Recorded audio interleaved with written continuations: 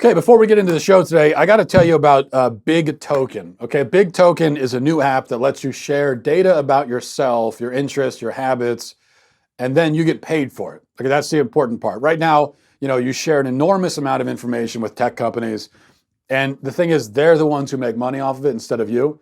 So I think you should get in on that action, and that's where Big Token comes in. Here's how it works. First, you download the app and you sign up for a free Big Token account.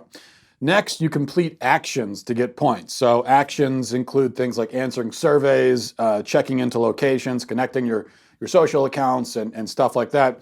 And then you can redeem your points for rewards such as cash or gift cards. You can donate your earnings to charity. You could choose what data you share with Big Token, and so it's up to you, and then you get paid for it. That's the point. The surveys in the app will ask general questions about your demographics and your lifestyle, and specific follow-up questions based on what you answered. And there are also surveys around specific holidays or events. Big Token has other social features like in-app messaging with your friends, creating a team to answer questions together and earn even more that way. You can also get more points for referring friends and family. Your data is always secure with Big Token based on the data you choose to share. You will be placed into specific ad groups, and brands will buy access to those ad groups for use in personalized advertising. The best part, you get paid, and this is all up to you. It's your choice. If you want to participate in it, then if the information is going to be shared, then you might as well get a piece of the pie. If you want to start earning money for your data, download the Big Token app and use my referral code, which is Walsh. Okay, let's begin now with the most important news item of the day. It's the thing that everyone's talking about, breaking news. I don't know if you saw this over the weekend, but President Trump's new hairdo. Look at this thing right here. He debuted this over the weekend, and I'm hearing reports that it's actually not an intentional hairstyle. It's just his hat hair. He took his hat off, and that's what his hair looks like under his hat. But I think he needs to go with this. This is a game changer for 2020. This is, in my opinion, now I am not a stylist. I'm not an expert in these things. My wife tells me that I am stylistically challenged sometimes. But to me, gut reaction, this is 10 million times better than his normal haircut.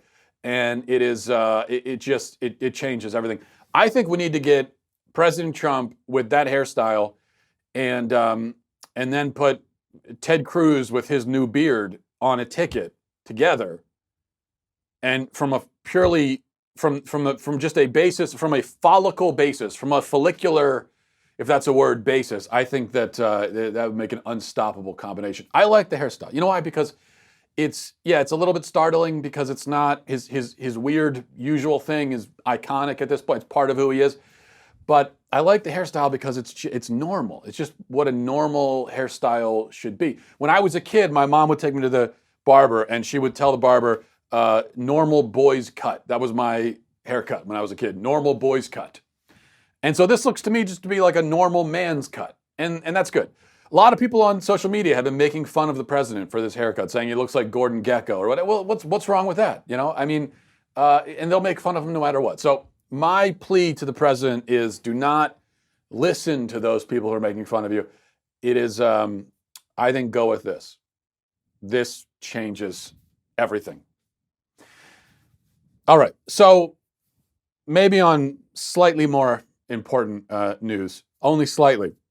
It's often said that these sort of anti-media sentiments in our country, the hostility to the media has been created by Donald Trump, that he's the one who's making everyone hate the media. This obviously is false. People hated the media way before Donald Trump came along. I myself come from a long line of media haters. We have a long tradition in my family. It runs in our blood of hating the media. I can remember, being a kid and my dad really hated the media. He still does.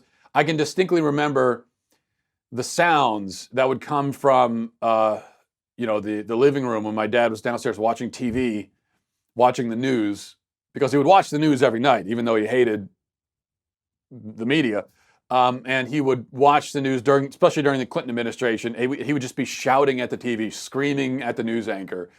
And then I would eventually grow up one day to also watch TV and scream at news anchors, although I don't watch the news that much, partially because I want to save my vocal cords. Point is, people have hated the media for a long time, not because of Trump. And we have good reason. I could cite any number of reasons. There's a million reasons I could choose from, but let's just go with the latest. Here's the latest reason to hate the media, and it's a pretty significant one. You may recall, maybe you recall that meme from a few weeks ago showing Nancy Pelosi giving a speech and slurring her words to make it look like she was drunk. Now, this is not the same video. There's this video, and then there was a different video of Nancy Pelosi stammering that President Trump shared. It's not that video. Okay, this is a different one. And this is a video that I actually had not heard of until this whole thing happened over the weekend. Up until this, I hadn't heard of it or seen it, but it shows her as slurring the words, and apparently the video has been messed with. Someone slowed it down to make it seem like she was, drunk or something, and it went viral on Facebook and on Twitter. And but then very quickly after that video went viral, the real footage got out there, and everyone understood that it was that the original thing was doctored, and it's not a real video. So I don't know if there was any real damage done to Nancy Pelosi because of this. I think probably not, probably none at all. I doubt that any of her potential voters were turned off by a fake video that went viral on right-wing conservative pages for a few days before the national media spent several more days debunking it. Well, we thought we had all moved on with our lives, right? After this video apparently came out. But evidently not, because the Daily Beast was on the case. They were hunting down whoever created the original video, and finally they found him. And yesterday, on Sunday, they doxed him. They published a news article with his name, where he lives, personal details, criminal record, work history, everything. And he's just some random private citizen who made a fake Pelosi video on Facebook. And for that crime, for that sin, the Daily Beast dragged him out onto the public stage, and they shamed him in front of the entire world. The Daily Beast article that's up on their site right now is by Kevin Poulsen. And Poulsen has been applauded in the liberal press for this. In fact, the way that I found out about this article originally is that some other journalist shared it and said, with a caption like "incredible work by the Daily Beast, great job" or something like that. And so I clicked on it and said, "Oh, well, what incredible job did they do? I'm interested." The Daily Beast doesn't usually do incredible jobs with things, but I was interested, so I clicked on it. And I was immediately horrified. So let me read I'll read a little bit of this article. I'm going to omit the guy's name, even though his name is out there everywhere. I don't want to be part of the effort to spread his name out there. So I'll omit his name, but this is, let me read a little bit from the Daily Beast article. It says, on May 22nd, a Donald Trump superfan and occasional sports blogger from the Bronx named blank posted a video clip of Nancy Pelosi on his personal Facebook page. The clip showed Pelosi at her most excitable, stammering during a press conference as she voiced frustration over an abortive infrastructure meeting with the president. Blank's commentary on the video was succinct. Is Pelosi drunk? 13 minutes later, a Facebook official, pay attention to this part. 13 minutes later, a Facebook official told the Daily Beast that blank posted a very different Pelosi video to a Facebook page called Politics Watchdog, one of a series of hyper-partisan news operations that he runs, with help, he claims. This clip has been altered to slow Pelosi down while lowering the pitch of her voice. The effect was to make it look like she was drunk, blah, blah, blah.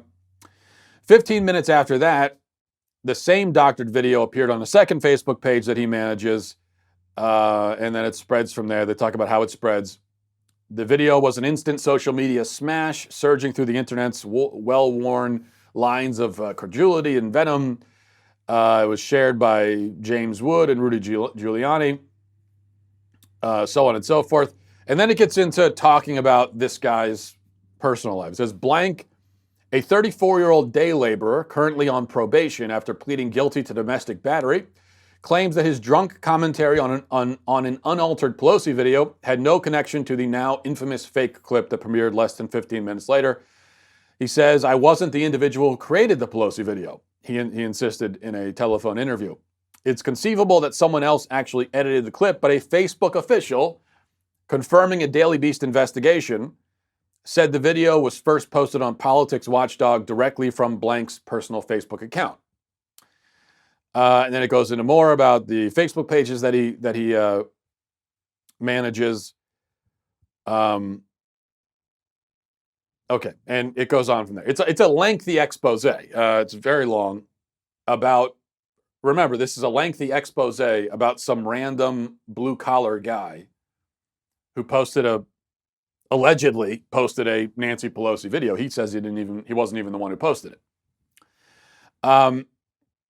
It goes into more detail about his private life, his work history, and Polson, the guy who wrote this article, admits that the guy the article's about didn't want to be outed like this. It says, "At first, Blank didn't respond to emails, phone calls, text messages, Facebook messages, and a direct message over Instagram, and he blocked this reporter on Twitter." Okay, so this reporter is harassing this guy until finally he relents. On Friday, he called back, explaining that he was worried over the prospect of being publicly linked to the video fakery. "I'm in New York City, he said, very liberal. People make judgments. I just don't want to be linked to a conservative right-winger and be potentially denied services and stuff. People are nasty. You should see some of the messages that are coming in." But they published all of his personal details anyway. He said he doesn't want to be published. He's worried about the effect it would have on him. Yet they did it anyway. So, what is the point of this? Can it be justified on any level? Can it be seen as anything other than cruel partisan vengeance? Well, as for partisan, it's clearly partisan. There's no question about that. Does anyone think that in a million years, the Daily Beast would hunt down someone who made a negative meme about a Republican? I mean, about Donald Trump? There are a lot of negative memes about Donald Trump. There are a lot of doctored videos of Donald Trump out there. Do you think the Daily Beast is going to go hunt down any of those people? No, of course not. In fact, let's use a real world example. Someone initially took the full video of the Covington Catholic students, the now infamous video of the Covington Catholic students. Someone took that whole video. It's like an hour and a half long. And they cropped out the context and they put the out of context video online. A video which proceeded to put the lives of those kids in danger. I mean, there were death threats and bomb threats to the school. And a video that could have possibly destroyed their lives if not for a counter campaign, among conservatives to get the truth out there and to defend these boys. But do you think the Daily Beast would dox whoever put that video out there? Did they dox that person? No. So, yeah, it's partisan, of course. As for cruel and vengeful, well, look, I'll be the first to say that I don't think you have some kind of carte blanche general expectation of or right to privacy when you're online. What I mean is, if you say or do something anonymously online, I don't think that your anonymity has to always be respected. I think it depends. Now, you may recall a few weeks ago when I was on here giving the names and Twitter handles of people who had threatened and or wished rape and death on my wife and my children and myself for my pro-life stance. And I didn't dox those people. Doxing is when you go digging for personal information that's not readily available and then you put it out there for everyone to see. I didn't do that. If they had their names attached to their Twitter handles, then I said what their names were, but that's it. So there was no doxing. But I did remove, to some extent, their anonymity because these were messages that they sent me privately, and I took those private messages and I made them public. Now, in that case, I felt completely justified, and I would absolutely do it again without hesitation, because if you come to me, if you message me threatening my family and my kids and my wife and myself, I'm going to let everyone know what you said. You should have to stand by your words publicly. I'm not going to respect your privacy when you're privately sending me messages threatening my family. It doesn't work that way. If you're going to do that, if you're going to take the time to send me a private message threatening my family, I'm going to put it out there. It's just fair is fair. If you don't want that, then don't send me those messages. Don't come to me like that. I wasn't hunting anybody down. They came to me and I simply said, hey, everybody, look at what this person said. You made that choice, so now you have to live with the consequences. But that, in my mind, is very different from what the Daily Beast has done. For one thing, this guy isn't threatening anybody. He's not threatening anyone's spouse or children. He isn't personally harassing anyone. He just put a video out on Facebook. And the people going after him were not affected by it. So listen, if Nancy Pelosi herself was offended by this video and she wanted to get up there and say, oh, so, so-and-so put this video of me out there and she wanted to name the guy, then I would probably say, okay, fair is fair. She's defending herself. You did make the fake video of her. She named you. You started it in essence. So she defended herself. That's fine. But that's not what happened. And the point is here that this isn't newsworthy.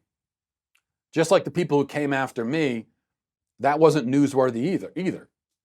But I took it personally because they were threatening my family. And so I defended myself. It wasn't about trying to pretend it was news. I was just personally responding to those people to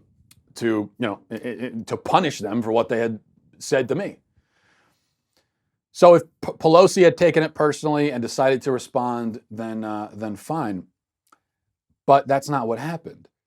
The problem is that the media takes it personally when Democrats are attacked. They act like Nancy Pelosi's good personal friends or something. They're getting defensive and lashing out against people who attack her or other Democrats. So they're acting like her personal PR team. That's the issue here. The identity of this guy is not news. It doesn't matter. He does not matter on a national level. I'm sure he'd be the first person to say that.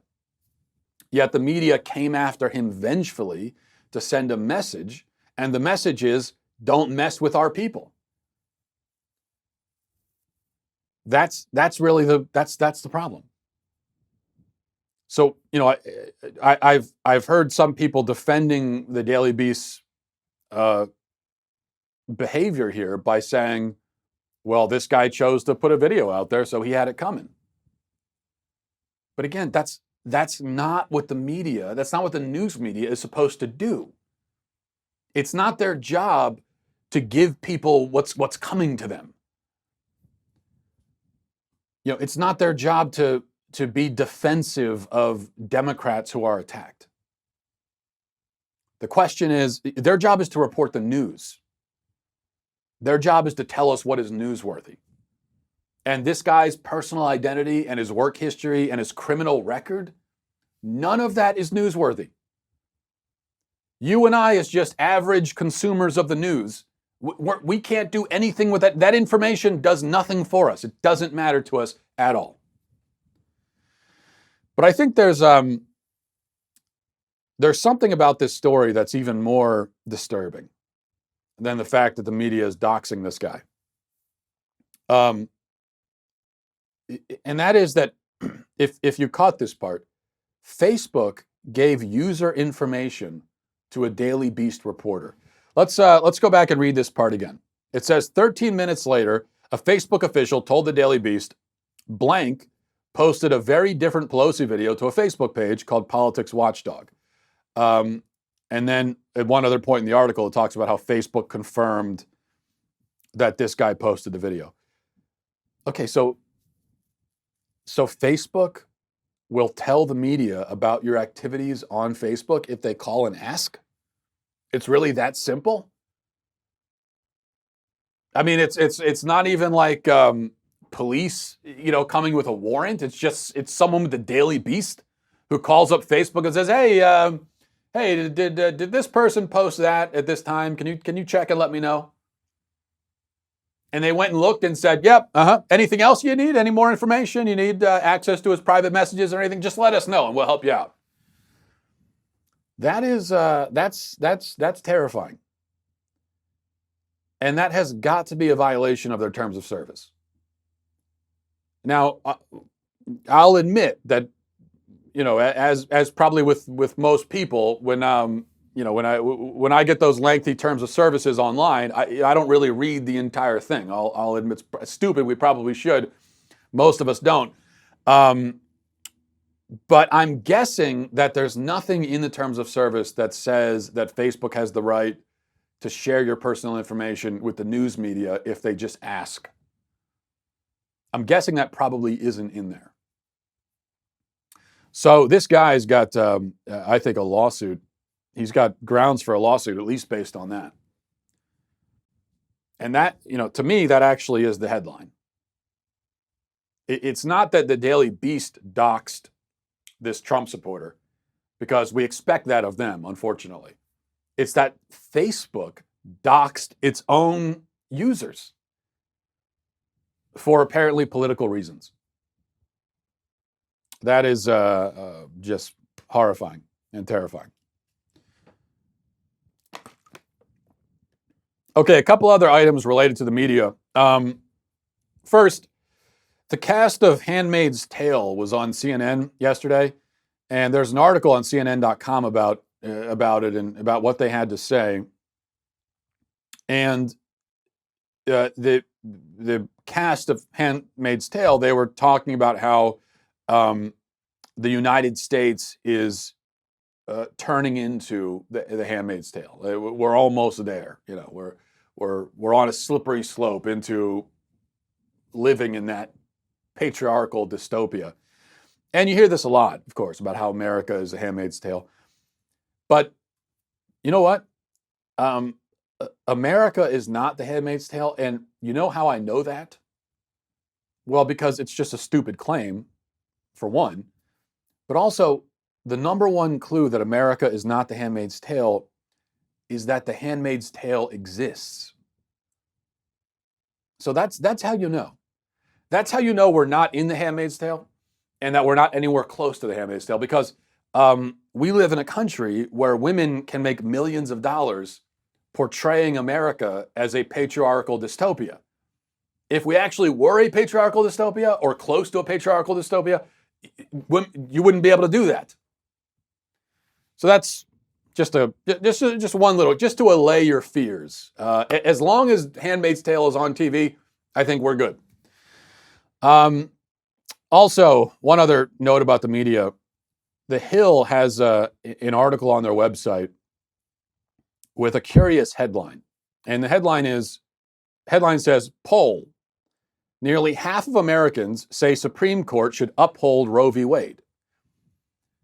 Now, of course, intuitive people hear that headline and they think, wait, well, hold on a second. Nearly half of Americans say the Supreme Court should uphold Roe v. Wade. That's the headline you're giving us. Nearly half want Roe v. Wade upheld. Well, doesn't that mean that more than half don't want that? Well, yes, it does. Let's read the second paragraph of this article about a Harvard poll. Now, remember, they made the headline about the almost half who want to uphold Roe v. Wade. But here's the second paragraph under the headline. It says, 46% of respondents said the High Court should uphold the ruling in Roe if the issue comes before the justices, while 36% said the Supreme Court should modify the 46-year-old ruling. 18% wanted the ruling to be overturned altogether. So what's the real headline? More than half of Americans want Roe overturned or modified. That's the real headline. And in fact, it's better than that, because let's go to the end of the article.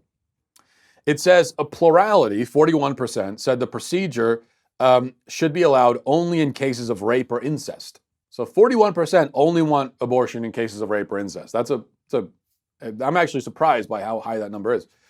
29% said it should be permitted up until the first trimester of pregnancy.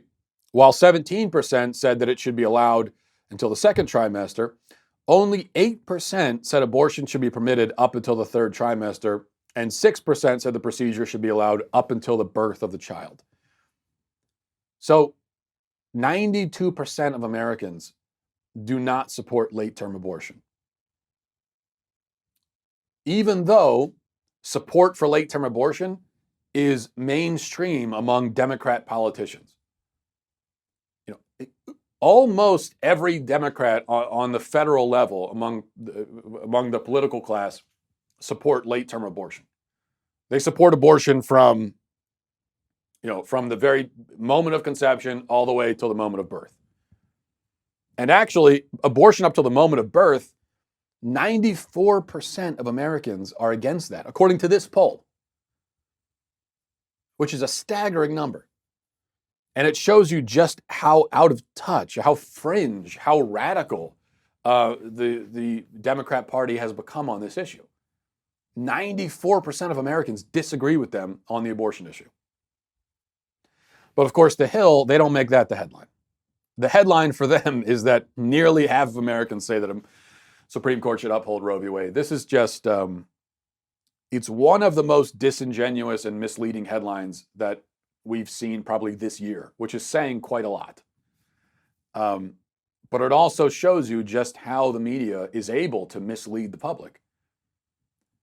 Because remember that, probably 90% or more of the people who see a headline will not click on it. And even among the people who click on it, most will just read the first sentence or the first two sentences and then skim the rest, if they even skim the rest at all.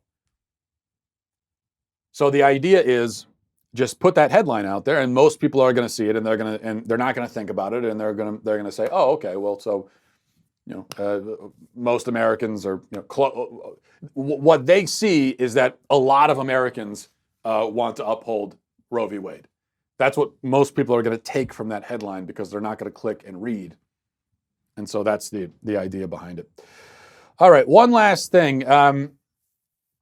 Before we get to emails, it's June, and June is Pride Month, if you haven't heard. Pride Month is a time for people with certain sexual attractions to talk about how proud they are of those sexual attractions. Of course, keep in mind that people's sex lives are none of our business.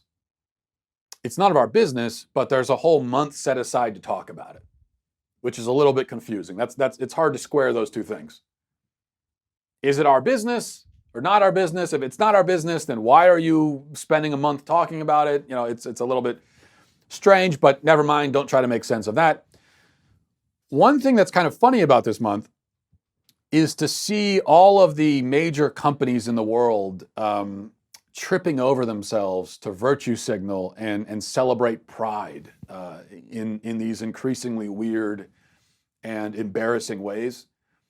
And that's kind of interesting because it isn't what you would expect based on the fact that we're told that LGBT folks are oppressed in this country. We're told that they're oppressed. Yet all of the most wealthy and powerful forces in the country will spend the month trying to flatter LGBT people. That's not usually how oppression works. In fact, that's usually a hint that you're not in an oppressed group. If people are doing everything they can to flatter you and celebrate you and applaud you, that probably means you're not being systematically oppressed. Black people were truly oppressed, systematically oppressed in this country prior to civil rights. And based on my reading of history back in those days, the rich and powerful forces in America, they were not in a mad rush to celebrate Black power. It was kind of the opposite. Jews were oppressed in Nazi Germany. And again, you did not see the powerful forces in that culture trying to flatter Jews. Again, it was precisely the opposite. So, if this is oppression, it's a very subtle form of oppression. I mean, it is so subtle that you would almost think it doesn't exist. Just a thought. But in any case, Budweiser has gotten in on the action. Budweiser, a company that makes rusty tap water, which it somehow gets away with calling beer, Budweiser has taken a hit in recent years financially because people have discovered that real beer exists, and so we don't really need Budweiser. So I guess they're desperate for attention, and in an effort to get attention, they've unveiled a new series of cups which celebrate pride. And but it's not just the normal celebration of gay pride or whatever. These are worth taking a look at. So let's look at some of these. Okay, so the first one, just kind of normal, what you would expect. It says, "Fly the flag for inclusive pride." So take a look at this. It says, in 2017, the city of Philadelphia added a black and brown stripe to the classic rainbow design to better represent people of color within the community. It has since been flown at prides around the world. Now, okay, but I don't really understand why you need to add brown and black to represent brown and black people, because the normal pride flag has like pink and green and purple, right? It's not like the pink and green and purple are there to celebrate pink, green, and purple people. I thought the colors had nothing to do with race. So I don't know why you have to add the racial colors in there. It doesn't really make any sense. But anyway, and the next one is, this one is "Fly the flag for bi pride." It says magenta is for same gender attraction, blue is for attraction to genders other than your own, and lavender, a mix of the two, represents attraction to your own and other genders, though some interpret it differently. Okay. And then "Fly the flag for lesbian pride." Says, while this flag is commonly used, it isn't the only one. If you look around, you might see a version with a kiss in the corner representing lipstick lesbians, whatever that is, I have no idea, or a purple flag with a double-headed axe for labrous lesbian feminist pride. I don't know what that means. Okay, but now things start getting weird. It's already weird, but now it's going to start getting weirder. So this one is "Fly the flag for non-binary pride." It says yellow is for those whose gender exists outside of the gender binary. White is for people with many genders.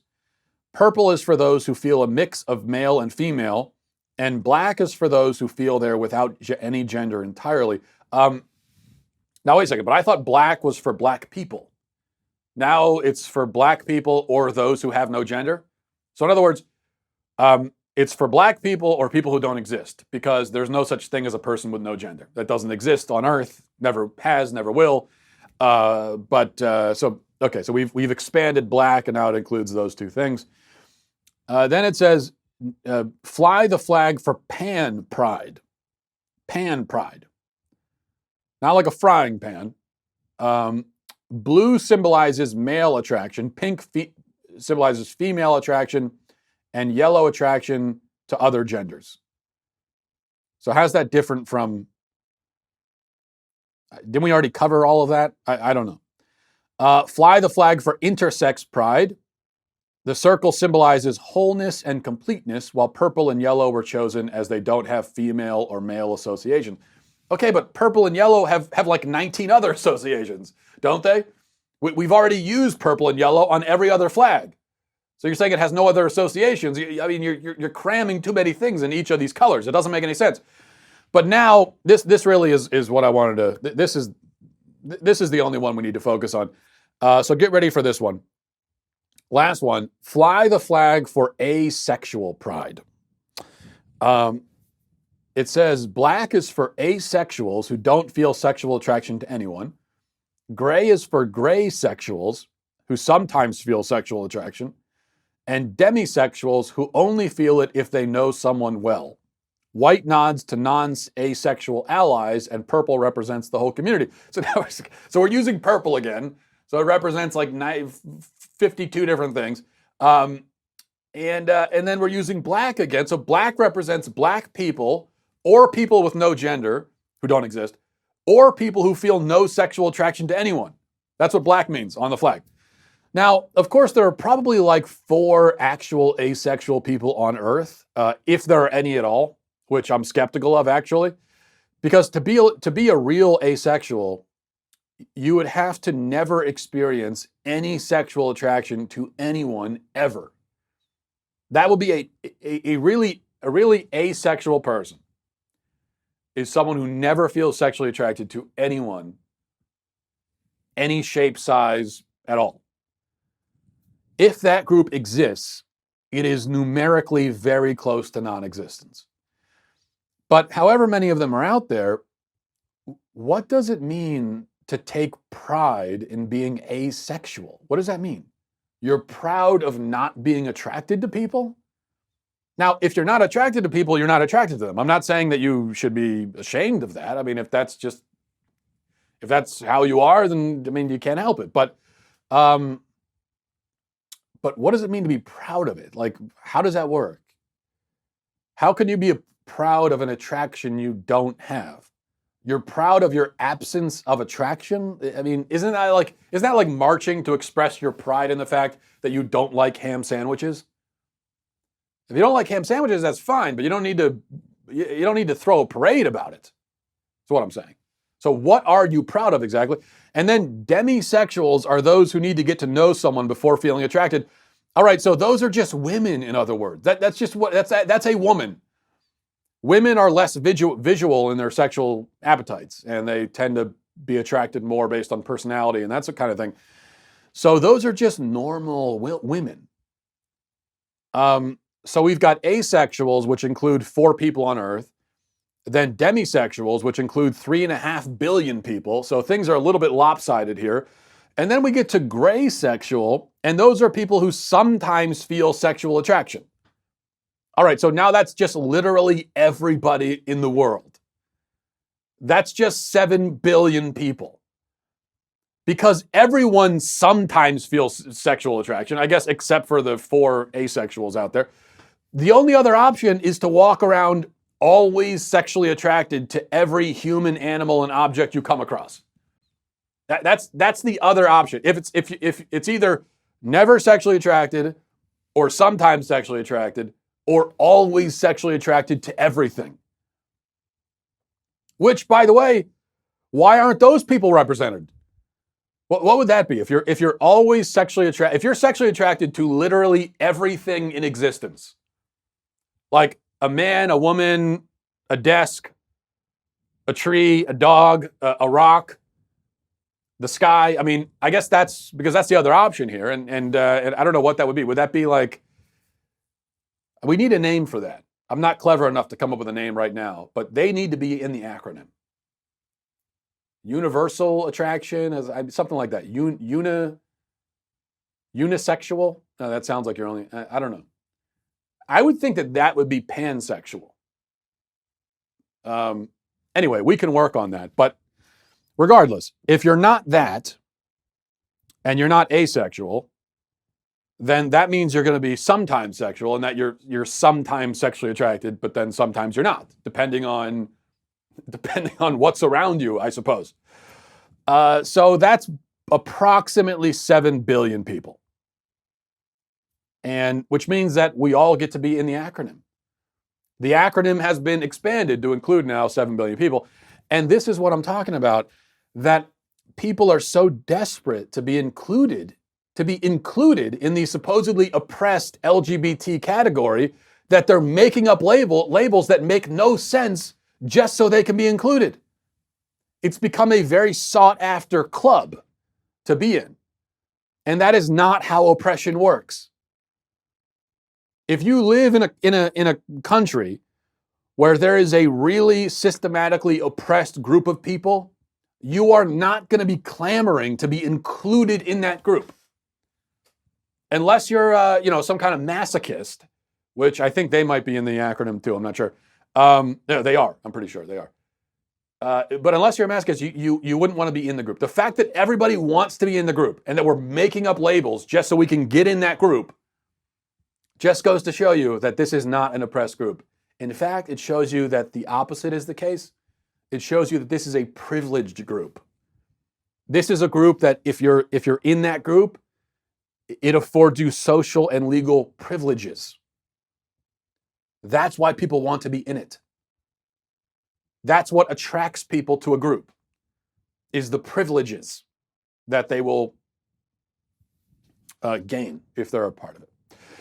All right, so there you go. So it become a very long acronym. MattWalshShow@gmail.com. MattWalshShow@gmail.com is the email address. We'll read a few of your emails here. This is from Lou. Says, hi, Matt. I know you've been joking about your Achilles injury this week. I respect that you have a good sense of humor about it, but in all seriousness, how are you doing with it? Is it a full tear? I've never injured my Achilles, but I have broken multiple bones in my leg and foot at various points in my life. I'd always heard that an Achilles tear is the worst injury you can sustain on your leg, extremely painful and very hard to recover from.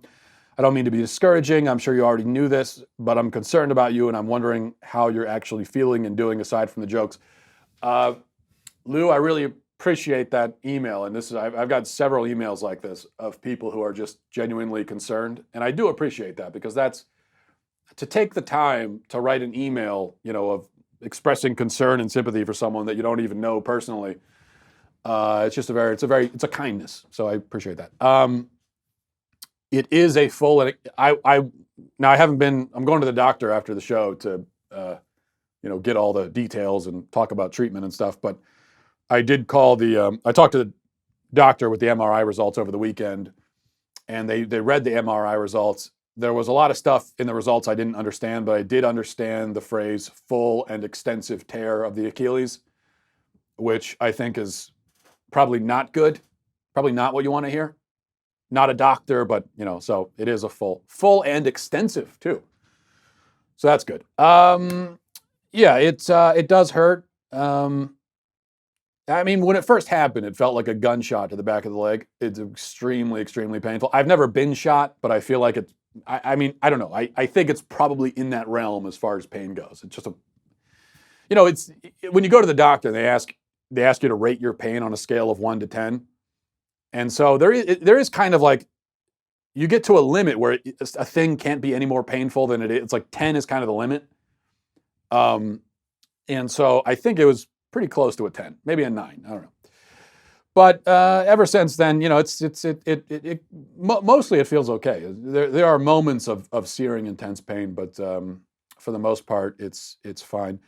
As for how I'm doing, and I was talking about this yesterday, that it has been, I've been actually strangely encouraged by the fact that I've had this torn Achilles now for a week, and I've been to the doctor, I don't know, 3 or 4 times over the week. And I still have not been prescribed painkillers. With a torn Achilles, they haven't given me pain. They just say, take Tylenol and put ice on it, which is fine, because I don't really want pain. Like, if they gave me Oxycontin or something, I wouldn't take it, because I'd be too afraid of, I'd rather not. I'd rather just deal with the pain and take Tylenol personally. But it was not what I expected, because I kind of thought that doctors hand out painkillers like candy, and that's how half the country got hooked on the stuff. But as I said, I've been to the doctor 3 or 4 times with a torn Achilles, unable to walk, and they don't give you painkillers. So I'm just wondering, who do they give painkillers to? If not, if this doesn't rate getting a painkiller, then what does? As I said, I don't want one. I'm just wondering. It's curious. Although, as I was talking about this online on Twitter yesterday, people were saying that, they used to give out painkillers like candy, but now they've gotten a lot stingier about it. And so that's good. I appreciate that. I was actually encouraged by that, because it's, I don't think they should be just handing out synthetic heroin to everybody who comes in with a little minor pain or whatever. So as for how I'm doing generally, I'm fine. It's just, I just can't walk is the problem. And a lot of people have worse problems than this, but I appreciate, as I said, the concern. All right. My name is, this is from Nathan. Says, my name is Nathan Deathloff. I'm 18 years old, a huge fan of the show. I'm responding to your May 31st episode entitled Donald Trump Caused Chernobyl, in which you give analysis in depth about the pop/rap/country song Old Town Road. I disagree with your assertion that Old Town Road, OTR, parentheses, is the worst song ever recorded, and that one must have an IQ of 25 to enjoy it. I think that to understand why OTR is popular, one must first understand the origins of the song. OTR got its start on the social media site TikTok, in which creators can share short videos, usually dubbed with music. The majority of the videos on this site are comical and meant for mindless entertainment. OTR then became the subject of memes far and wide across the internet.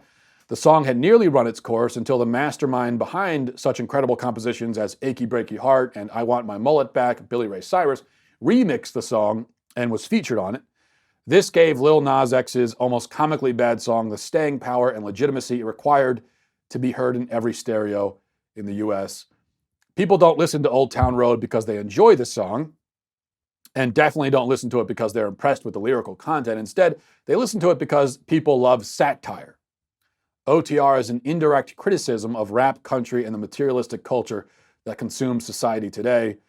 And then it goes on. So I got a few emails like this claiming that Old Town Road is actually not a really stupid, awful, terrible song. It's actually a brilliant satire of stupid, awful, terrible songs. I don't know if I buy that. I mean, if it is, then I'm a fan of satire, musical satire. Musical satire that's so subtle that you might not even pick up on it. Now, I really respect that, if that's what this is. But if this is satire, then, I mean, can't we now claim that every bad pop song and every bad pop country song is now satire? I just don't. I hope that's true, but I don't know if I buy it. This is from Vicki, says, Walsh, I laugh at the suggestion that the victim hole you're starting from is a mere 75 victim points. Tell me, how could you be any whiter? You're wearing plaid, for God's sake. Well, not right now, but I guess I was before. How could you be any more straight? Not only are you married, but you've sired several children and impregnated your wife yet again. How could you be any more male? The strength and vigor of your beard cries out against you. I love that sentence. The strength and vigor of your beard cries out against you. That is a great sentence, Vicki. As such, it is blazingly obvious that you are the epitome of the dominant patriarchal male oppressor. I will give you the benefit of the doubt and blame naivety for you to putting yourself at only negative 75 points. Consider this. What would it take for you to reach negative 100 points or negative 1,000 or negative 10,000? Nothing, because you're already as low as is possible to go. The depth of your hole is incalculable. Its bottom is without limit. You are in the black hole of victim points, and much like an actual black hole, there is simply no escape. Your failure to recognize this is only further evidence of its inherent truth. So now that we have established your true starting point, any more talk of credit points for your temporary infirmity is just silly. In fact, I could make an argument that your injury and its subsequent treatment is stealing valuable medical care from those woke victims who truly need it. I am tempted to say that your temporary disability might actually drive you even further down the hole, but we've already demonstrated that this is impossible. You can't get any whiter, straighter, or more male, so on the scale of victimhood, you're digging in the Marianas Trench. I hope to help you sort this out, and you're welcome. Yeah, Vicki, I guess, I mean, as I was reading that, I began to realize just how oppressive I am. In fact, even in claiming that I'm a victim for my temporary disability, that makes me even more oppressive. And what I really realized is that I guess I am appropriating from disabled people by walking around on crutches and having this boot on and hobbling around on one foot. I guess now I'm actually guilty of appropriation, because as a straight, white, cisgendered Christian male, I can't really be a victim, which means I can't really be disabled. So that this is all appropriation. So I guess you're right. Yeah, I am deeply ashamed. What right do I have to have a torn Achilles? You know, who gave me permission for that? I didn't ask anyone's permission. Yeah, I am. Thank you for that. Thank you for setting me straight. This is from Keith, says, Dear Matt, I must take exception to your discussion of Jefferson's attitudes. You said Jefferson didn't mean for the Declaration of Independence to apply to non-white people. You might dig into some history that's exactly on point. Jefferson's original draft of the Declaration contained his intent to outlaw slavery. He was overruled in the interest in including the southern states in the new Union. Did you know that? And even the final draft blamed slavery as something inflicted on the colonies by King George. He hated owning slaves, but felt that in the absence of abolishing slavery completely, which he could not pull off, it would be cruel to turn these illiterate people loose on the public, even if he could. Both sides, he thought, would be badly harmed. He hated slavery and wrote against it all his life. He wrote in the first draft, King George has waged cruel war against human nature itself, violating its most sacred rights and liberties in the person of a distant people who never offended him, captivating and carrying them into slavery in another hemisphere, or to incur miserable death in their transportation thither. This is piratical warfare. The opprobrium of infidel powers is the warfare of the Christian king of Great Britain, determined to keep open a market where men should be bought and sold. He has prostituted his negative for suppressing every legislative attempt to prohibit or to restrain this commerce. Washington set up his estate to pay his former slaves a stipend for as long as they lived. He too felt that merely turning them loose would be cruel, but he had enough money to set up this fund for his freed slaves. Okay, Keith, first of all, how dare you give me Jefferson to read publicly like that for the first? I guess I should have read that ahead of time. I think you understand, I wasn't bringing that up about Jefferson in order to argue that he was some kind of villain who shouldn't be honored. I think he should be honored. But at the same time, we should acknowledge what his shortcomings were. And they were significant shortcomings. We should, as I argued all last week, we should develop a nuanced and mature perspective on our historical heroes, one that does not ignore the evil they perpetrated, but also doesn't erase them from history either. So there's got to be a middle ground, and that's what I'm advocating for. As for slavery, I fully acknowledge and I believe that we have to see slavery within its historical context.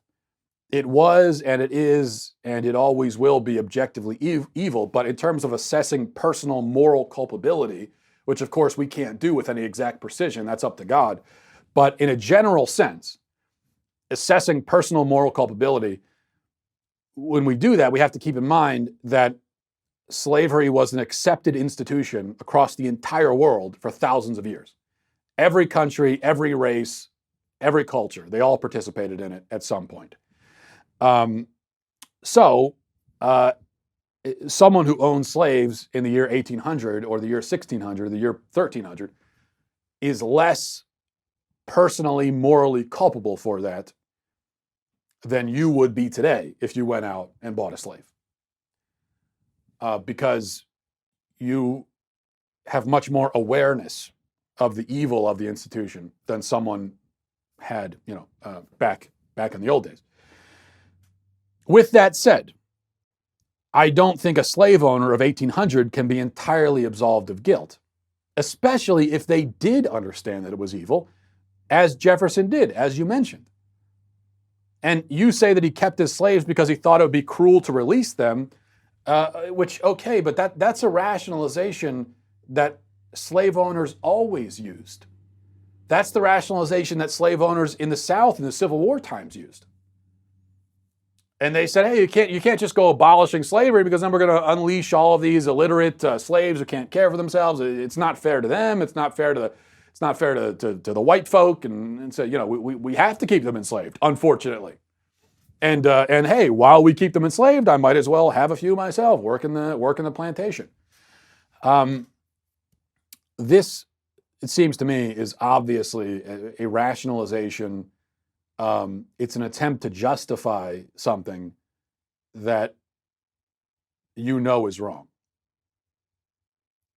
To me, it seems on par with the rationalization that we have to, it would be cruel to abolish abortion because if we did, then we'd consign all of these unwanted babies to living in poverty. It's the exact same kind of thing. But obviously the idea that it's better to kill someone than to let them be poor is absurd. And just as it's absurd to argue that it's better to keep someone in chains as chattel than to let them be free and experience the pitfalls of freedom. Yeah, there are disadvantages and pains and miseries that come with being poor, but you don't get to just kill someone, to decide for someone ahead of time that they don't want that and then to kill them. You don't get to do that. And yes, there are struggles and misfortunes that come with freedom, but you don't get to decide for someone that, oh, well, you wouldn't want to be free. It's not worth it. Trust me. Your life is much better now. So I'm just going to keep you in chains. That obviously is not okay. So I think that Jefferson was rationalizing an evil practice, which he recognized as evil. And in the meantime, he was benefiting from it. It's not as though he said, okay, well, slavery is not abolished, unfortunately. So instead, I will just free my own slaves and I'll let them live on our property as equals. He didn't do that. He still kept them as slaves, serving him.